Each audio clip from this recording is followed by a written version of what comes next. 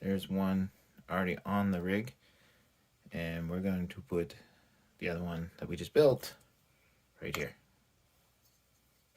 So on the back of our sprocket, we have our slots to where the drive pin can go. We're just going to slide it on like that. And then now for the tricky part, to get these little washers inside this sprocket here. So instead of trying to get the washers to fall into place on the, I guess, drive screw, okay, I'll call it, drive axle, whatever you want to call it, what I do is I take this pin, which has got to go like so. I'm going to take the washers and put a little grease on here. Again, acting like a glue. Just a little bit, like that. And then the washer goes right on top. And a smidge more grease. Don't need a lot. Just enough to hold both washers. Like so.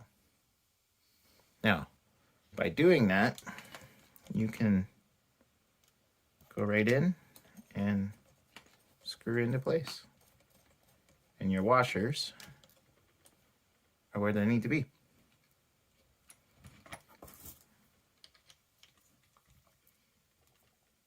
And there we go. So now we have our 4 sprockets on the vehicle.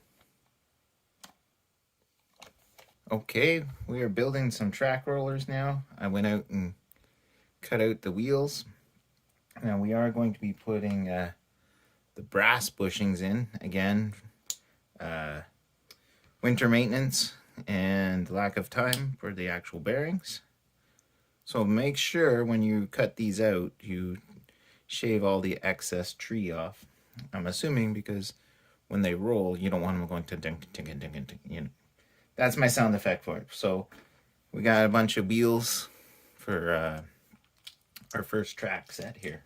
I did go and put together our little track adjustment turnbuckle doohickey, I'm going to call it.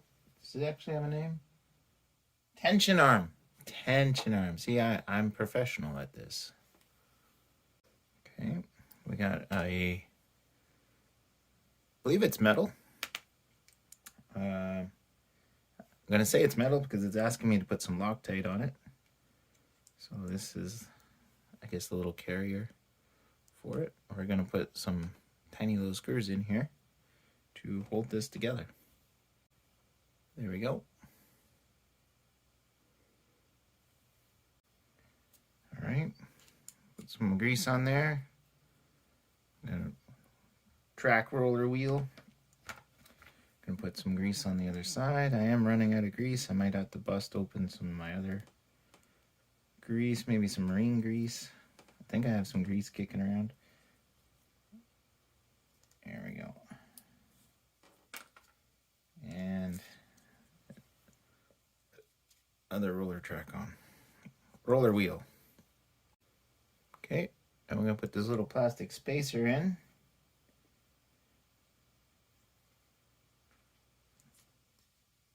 And I'm gonna use some axial grease. I'm sure that I'm breaking some rules somewhere.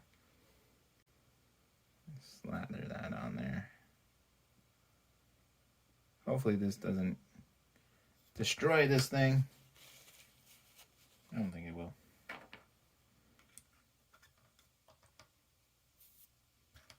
There we go. Ooh, that actually rolls a little better. In the joy of building and recording, I forgot to show you guys this.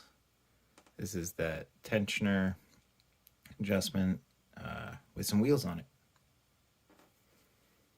All right, I'm gonna zoom you guys in so you can see what exactly I'm doing here. Slathering some more axial grease on here. Whoops. Ignore that. Said I'm professional. I don't edit out my mistakes. another roller wheel on there. Alright, and then we're going to take our C-spring roller wheels. Now I did build this on the wrong side, but that's okay. You can see how this goes in here. And because I built on the wrong side, I'm just going to show you guys.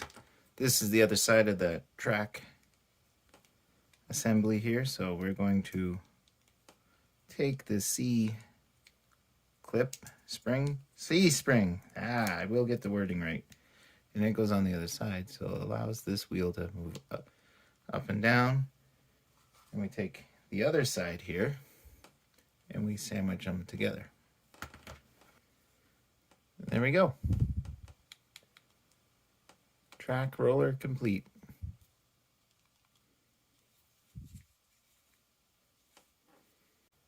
Okay, I went ahead and put together these sprocket covers.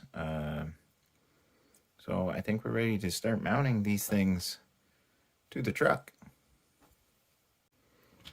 Time to put on our Sprocket Shield.